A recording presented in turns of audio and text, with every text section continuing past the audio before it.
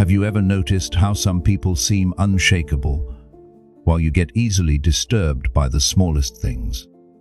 Do you wonder why your mind feels cluttered with worries, regrets, and anxieties when all you want is inner peace? Are you tired of feeling like your emotions control you instead of the other way around?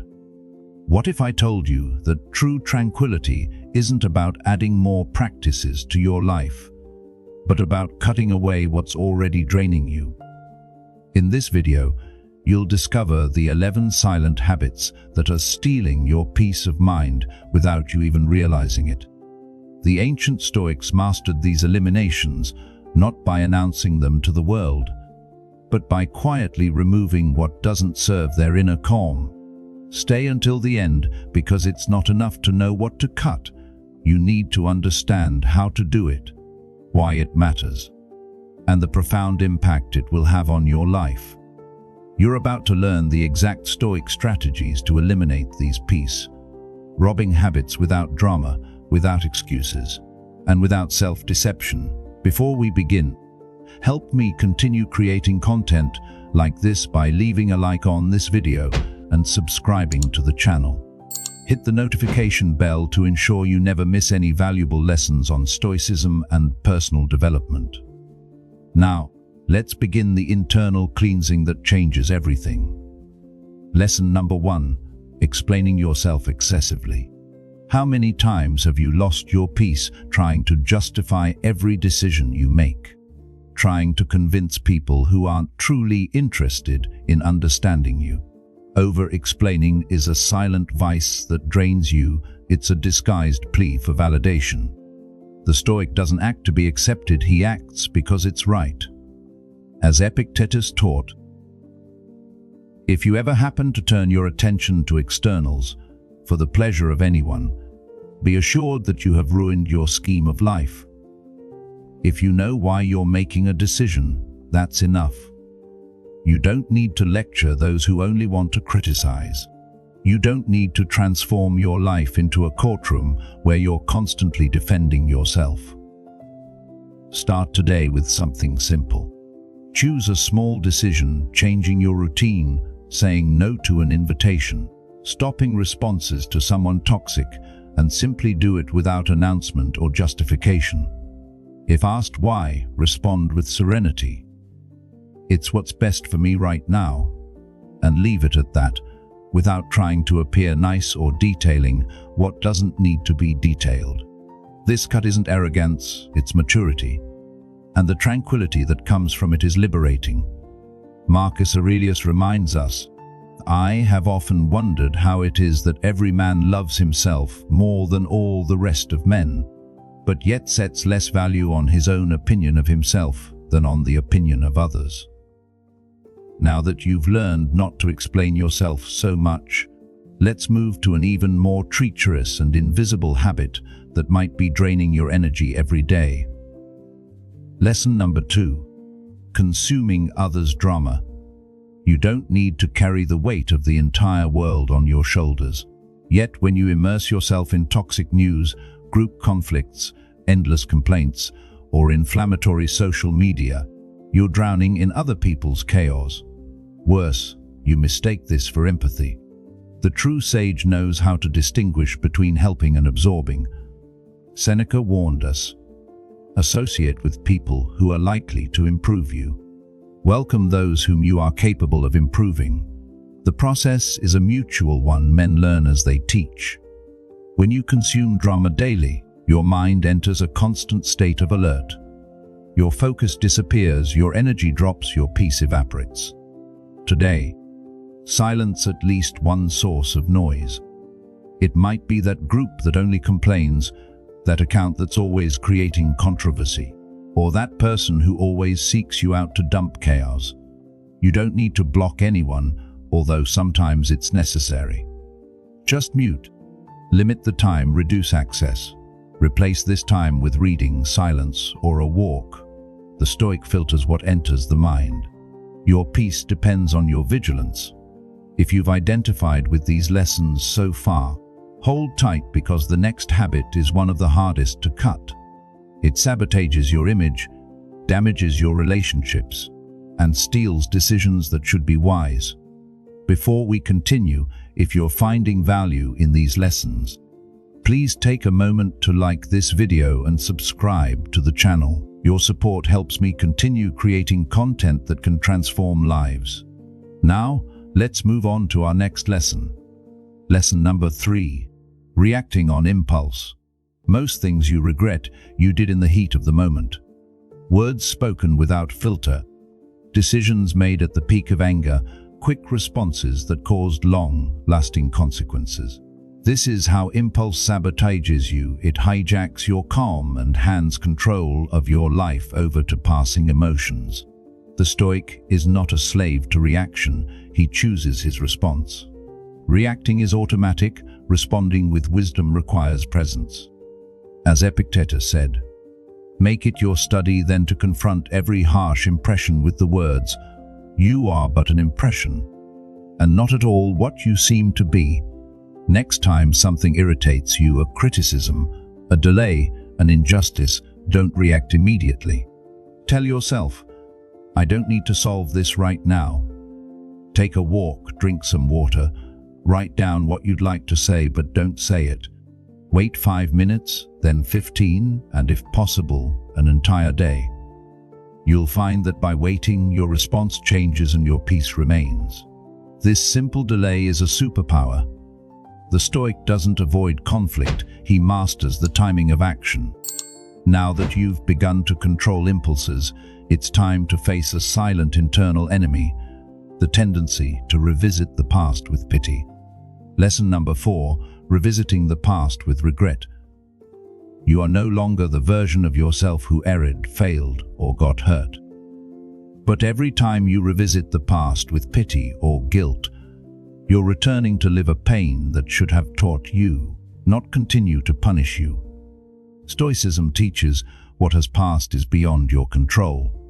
There is only now and what you decide to do with it.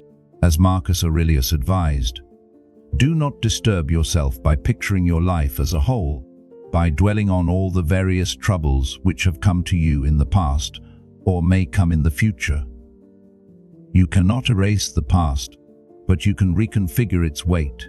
Take an error, a loss, or a difficult moment that still visits you in silence. Now, instead of repeating the "I should have," ask what this taught you that you can apply today. Write down just the lesson, then mentally repeat, "The rest I leave here." Perform this ritual whenever the memory comes, always. With time, your mind will understand you don't live there anymore. You learned and moved on. In our next lesson, we'll address a subtle poison that destroys relationships and expectations, expecting others to react as you would. Lesson number 5. Expecting others to react as you would. You make an effort, you give of yourself, you show empathy, and you expect the other person to do the same. But then comes frustration, cold responses, lack of reciprocity, behaviors that seem incomprehensible. Why? Because you're projecting your level of consciousness onto someone who may not have awakened yet. The Stoic understands each person acts from what they have inside, and that's not within your control. Epictetus puts it clearly, if a person gave your body to any stranger he met on his way, you would certainly be angry. And do you feel no shame in handing over your own mind to be confused and mystified by anyone who happens to verbally attack you? Think of someone who disappointed you by not being like you. Now accept this person has no obligation to react as you would. Mentally repeat, "I release the expectation and take responsibility for what's in my hands." Start measuring others not by your ruler, but by their own limitations. This isn't being cold, it's being free. Freeing yourself from expectations is already a giant step. But now comes another challenge, stopping the need to prove you're right all the time. This need to win discussions is a silent thief of your energy. Let's break this pattern together. Lesson number 6, proving you're right. Have you ever won an argument and still felt exhausted? Trying to prove you're right all the time isn't wisdom. It's ego disguised as logic. The Stoic knows that being right isn't always being useful. Sometimes polite silence is worth more than 1,000 arguments. Arguing with someone who doesn't want to understand is like trying to blow against the wind. You waste energy and still get frustrated at not changing anything. Seneca reminds us, the greatest remedy for anger is delay. The next time you're about to retort or enter a discussion, just to show you're right, ask, will this bring peace or just inflate my pride? If the answer is ego, back down, smile, say all right, and continue with a clear conscience. You don't need to win every battle. You only need to overcome the habit of fighting out of vanity. Speaking of vanity, there's an even more treacherous habit, waiting for motivation to act. Let's discuss why silent discipline is worth much more than that passing excitement. Lesson number 7, waiting for motivation to act. You know those days when you wait to feel like starting something and nothing happens. The simple yet hard truth is, motivation is inconsistent. It comes and goes like the weather. Silent discipline, however, builds empires. The Stoic doesn't depend on excitement. He acts because it's right, not because he's animated. Epictetus advises, don't explain your philosophy. Embody it. Choose a simple task you've been postponing. Now stop thinking and just do it. Even without desire, it doesn't need to be perfect or productive, just do it. Gradually, your brain will understand. Acting doesn't depend on emotion but on decision. If you want peace of mind, replace "I need to be in the mood" with "I'll do it anyway." The result: consistency, less frustration. Now that you're learning to act without waiting for the ideal moment, it's time to cut a deep root of insecurity, the habit of comparing yourself to others. This constant comparison is a silent poison for your self-esteem. Let's free you from it. Lesson number 8, comparing yourself to others. Comparison is an invisible prison. While you measure your life by others' rulers, you lose focus on what really matters, your own progress. The Stoic doesn't compete with anyone but himself. He knows each person carries a different burden, a unique story, and their own time of evolution. Comparing yourself to others is like running a marathon. While looking sideways, you trip on your own path. Marcus Aurelius advised, be satisfied with even the smallest step forward along the path of virtue. Today, do a simple exercise. Note 3 small evolutions of yours from the last 30 days. It could be something internal like, I've been reacting more calmly, or something practical like, I've better organized my schedule. Look at this list and tell yourself, this is my parameter. I evolve at my pace. Peace is born when you stop competing and start walking with purpose. Seneca noted, we suffer more often in imagination than in reality. Let your measuring stick be your yesterday self, not someone else's highlight reel. Now we come to a final cut, a subtle habit that silently weakens your energy, talking about your plans before realizing them. Let's understand why the Stoic works in silence and lets the fruit speak for him. If you're still with me and learning from these lessons, please support this channel by hitting the like button and subscribing. It makes a tremendous difference in helping these Stoic teachings reach more people. Let's continue with our next hidden habit. Lesson number 9, talking about your plans before executing them. Every time you share a plan before executing it, you're releasing precious energy, the power of silent focus. Talking too much generates expectation, external pressure, and often dispersion.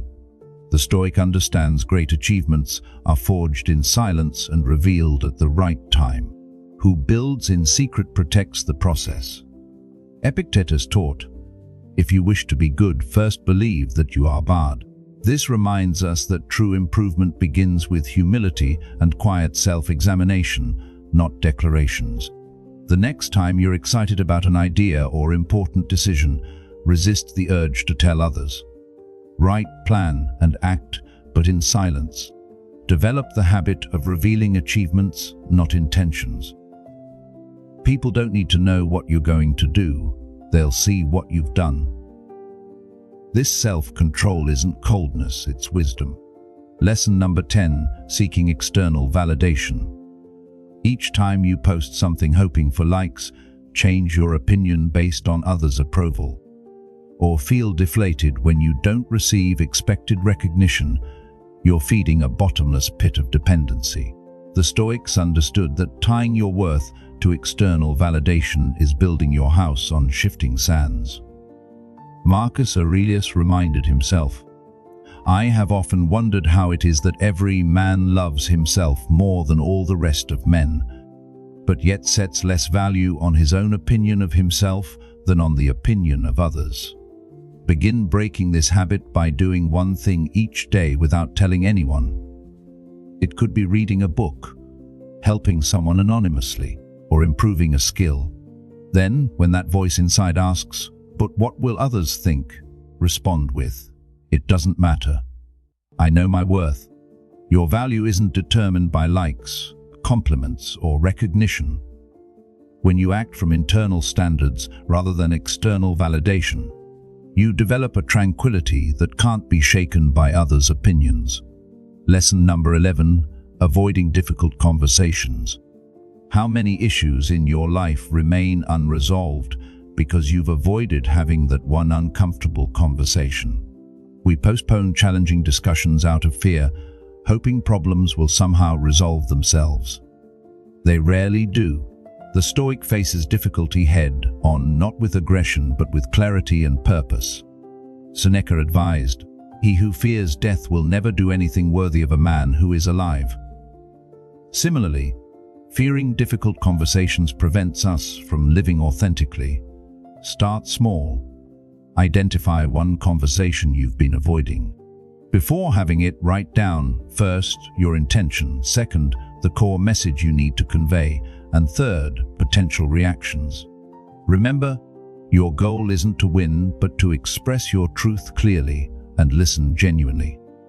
Approach the conversation not from a place of blame, but from observation. "I've noticed," rather than "you always." The peace that comes from addressing issues directly rather than letting them fester is profound. Now that you know these 11 habits silently sabotaging your peace, true transformation begins with silent action. Don't talk cut. Don't announce change. Observe your mind, finding a tranquility that most never achieve. Comment, "I choose peace," if this video spoke to you. If you haven't already, subscribe to the channel, activate notifications, and consider becoming a member to continue this Stoic journey with me. Your support makes all the difference. Remember what Seneca taught us. It is not the man who has too little who is poor, but the one who hankers after more. By cutting these 11 habits, you're not losing anything valuable, you're gaining the most precious wealth, inner peace.